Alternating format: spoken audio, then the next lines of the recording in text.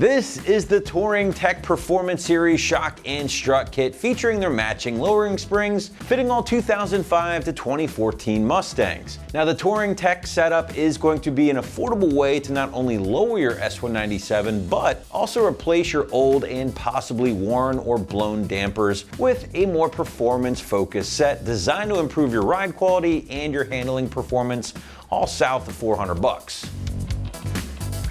All right, so a few features to get into here with the Touring Tech kit. First and foremost, let's talk drop. Now, when installed, their Performance Series lowering springs will lower your S197 1.6 inches up front and 2 inches in the rear, which honestly, guys, is a pretty aggressive drop for these particular cars. Now that of course will help get rid of that ugly factory wheel gap if your car isn't lowered already, and will also improve your handling through that lower center of gravity. Now these springs will not come pre-assembled on the Touring Series shocks and struts.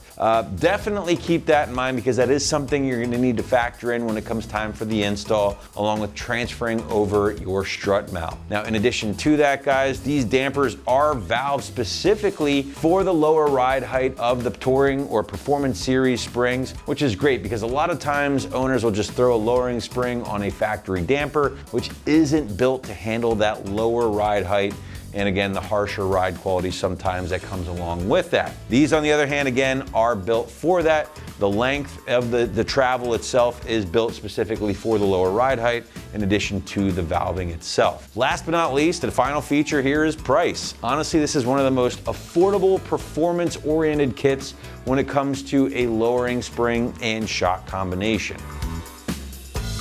Moving into construction, and pretty standard stuff here, at least in the way of springs. You're looking at a cold wound chrome silicon steel finished in a bright red powder coat. And while Touring Tech doesn't disclose the exact spring rates with these options, they do tell us they feature that progressive rate, which will progressively firm up the more the spring is compressed. And that's something that you see with a majority of aftermarket springs, as opposed to a linear rate, which is a little less common and mainly used on motorsports or racing applications. Now the dampers here, on the other hand, well, they are made to exceed OE specifications and are finished off in a silver powder coat to keep things looking good. Now they also include new rubber dust boots here, which aren't shown currently. And no word again from Touring Tech on the monotube versus the twin tube design, but in my experience, the more affordable dampers such as this typically utilize that twin tube design.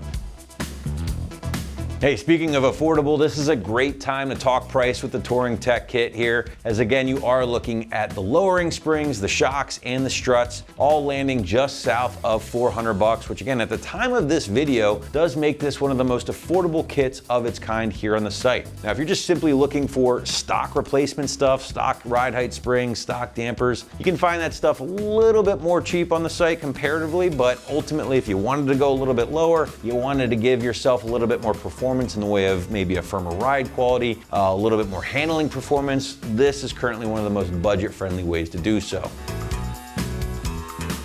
All right, last but not least, let's talk install. And the site's gonna call this a solid 2 out of 3 wrenches on the difficulty meter, taking 6 hours at absolute most to complete from start to finish. Now to give you a better idea of how this one might go down in the garage or driveway at home, let's throw it out to the shop for our detailed walkthrough and tool breakdown.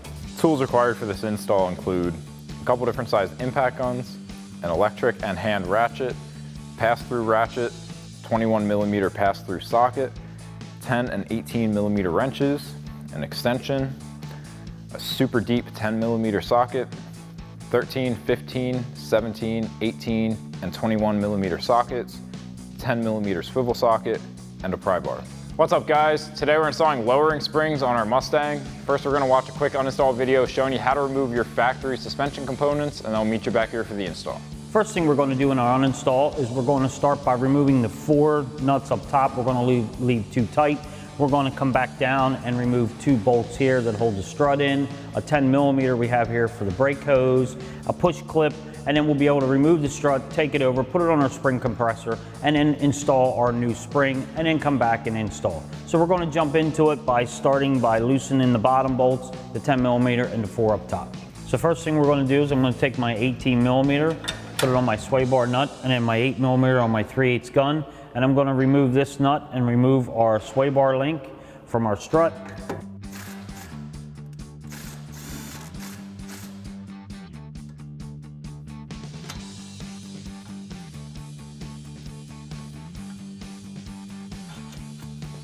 Now we have that out, we're going to remove our 10 millimeter down here that holds our brake line in place. Next, we're going to remove our push clip right here. I'm going to take my clip removal tool, get behind here, pop this out like that. Then we're going to take our 10 millimeter on our gun, remove this bolt here for our brake hose. That'll get our brake hose out of the way. Next, we're going to take our 21 millimeter, remove this nut here and this nut here. This holds our strut onto our spindle assembly. I'm going to take my 21 millimeter on my 1/2 inch impact gun and break these two nuts loose.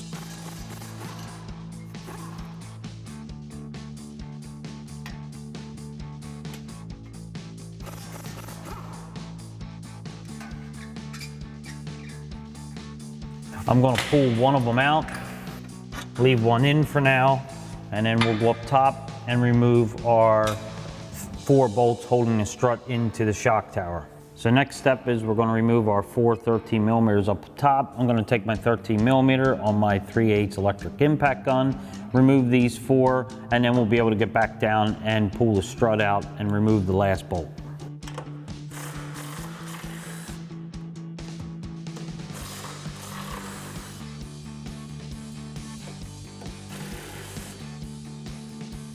So I'm going to leave that in just for now until I remove the bolt down there, and then the strut is just about ready to come out.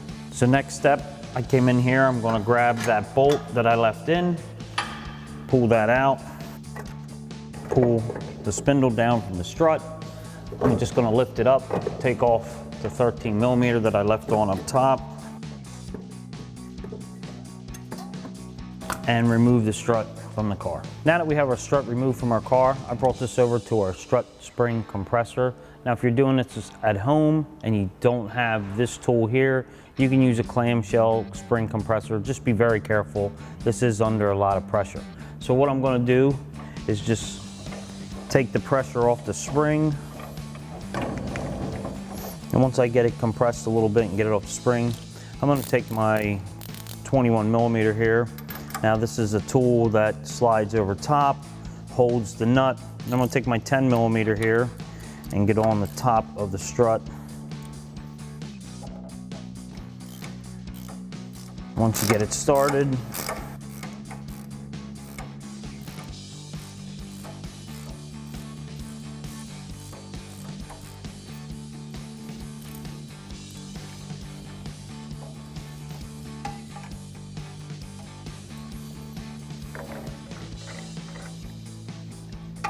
remove our nut and drop our strut out from underneath. Now I'm going to release the spring under pressure so we can take the cap and the strut bearing top off.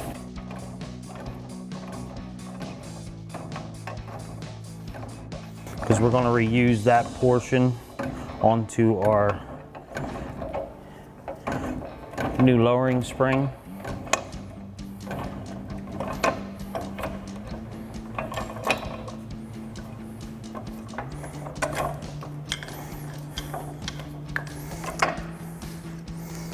And we'll just remove that like that.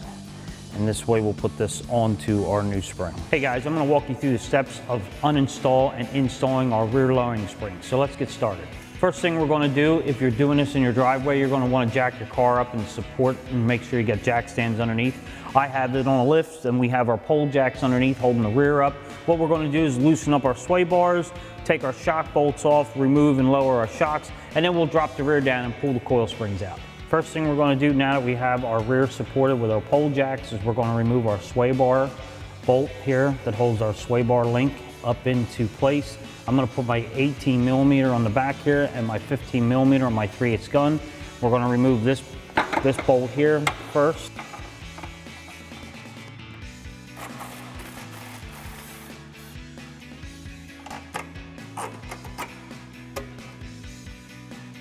Next, we'll remove our shock bolt. So now that I removed our sway bar bolt and I went on the other side, and you're just going to want to repeat that same procedure on the other side and remove that bolt, you'll be able to drop your sway bar out of the way, which will give you access to your shock bolt here. So I'm gonna take my 15mm on my 3/8 gun and remove my shock bolt.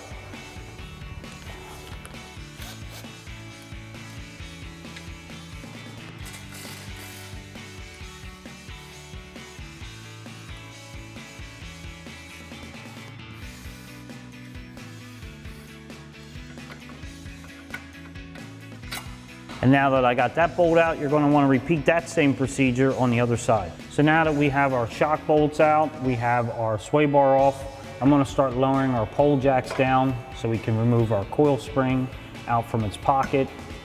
I'm just going to drop it down.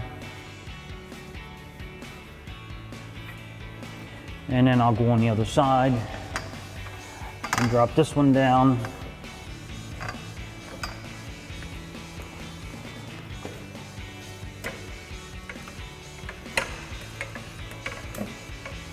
And once you get it loose enough,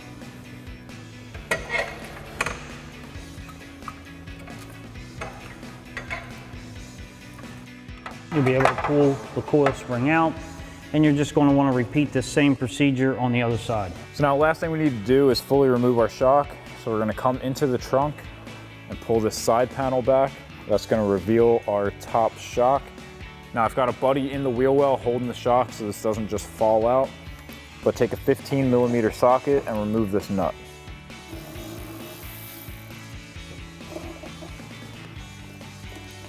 And then you can pop that bushing off as well, and we can just pull our shock out. So now I've got our new shock. I'm gonna get one of my washers and slide that up top. And then we're gonna get the bushing with this nub and slide that on. And then I'm gonna put it up through our upper shock mount, and then I'm gonna have my buddy hold it while I get the bushing and nut installed in the trunk. So now you can grab your bushing. The flat side of it's gonna be pointed down. And then grab your washer. This side, the flat side's gonna be pointed up. And then thread on your new nut. And then we're gonna take a 17mm socket and tighten down that nut. So now I've got our new spring. I'm gonna take my upper spring isolator from my factory spring, slap that on top, and then we can maneuver this up and into place.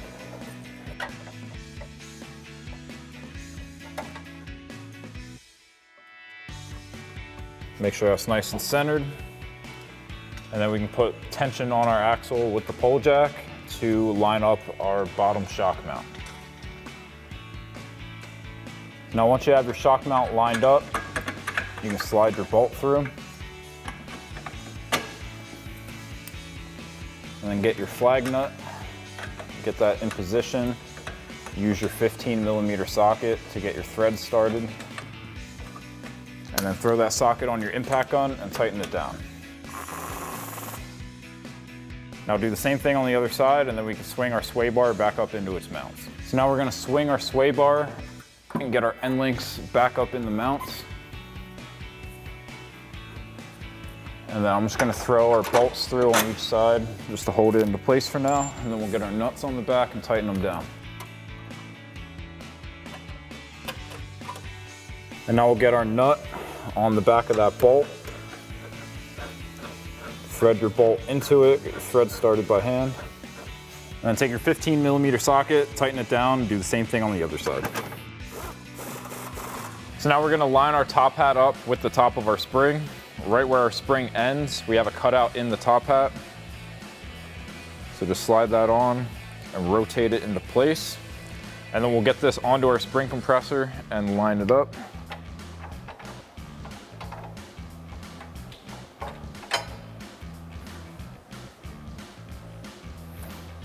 And then we'll just double check everything, make sure we've got good grip on our spring, and then we can start compressing it down. Now we're gonna grab our new strut, grab your bump stop, the flat side's pointed up, slide that on, and then get your dust boot, press that down into place, and then raise your strut up through the top hat, thread your nut on. Now grab a 21mm pass-through socket and a 10mm deep socket. You're gonna grab onto the stud of the strut with that 10 mil, and then we'll just tighten down that nut.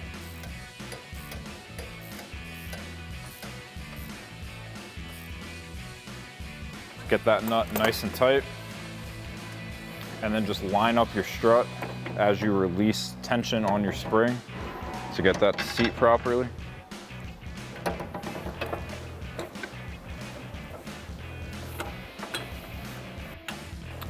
And then you can remove it from your spring compressor. So now we're ready to slide our new strut into place. I'm gonna get it into our upper mounts and thread on those 4 nuts.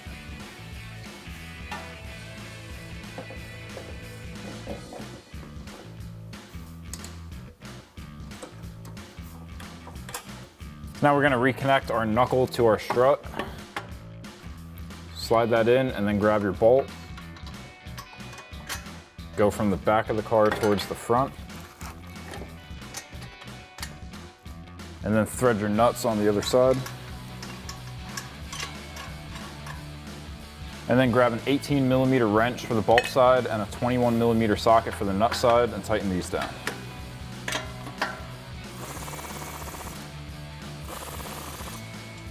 Next, I'm going to reconnect our brake line to the strut. So get your bolt, and we have a nut on ours. Thread that in, and then tighten that down with a 10 millimeter socket and wrench. Then we'll reconnect our ABS line to the ear on our strut. Next, we can reinstall our sway bar end link. Just grab a pry bar to pry down on your sway bar. And then thread your nut on. And then you can grab your 18 millimeter socket and wrench and tighten that down. Now lastly, we can tighten down our upper strut nuts and then repeat the same process on the other side. 13 millimeter socket here to tighten these down.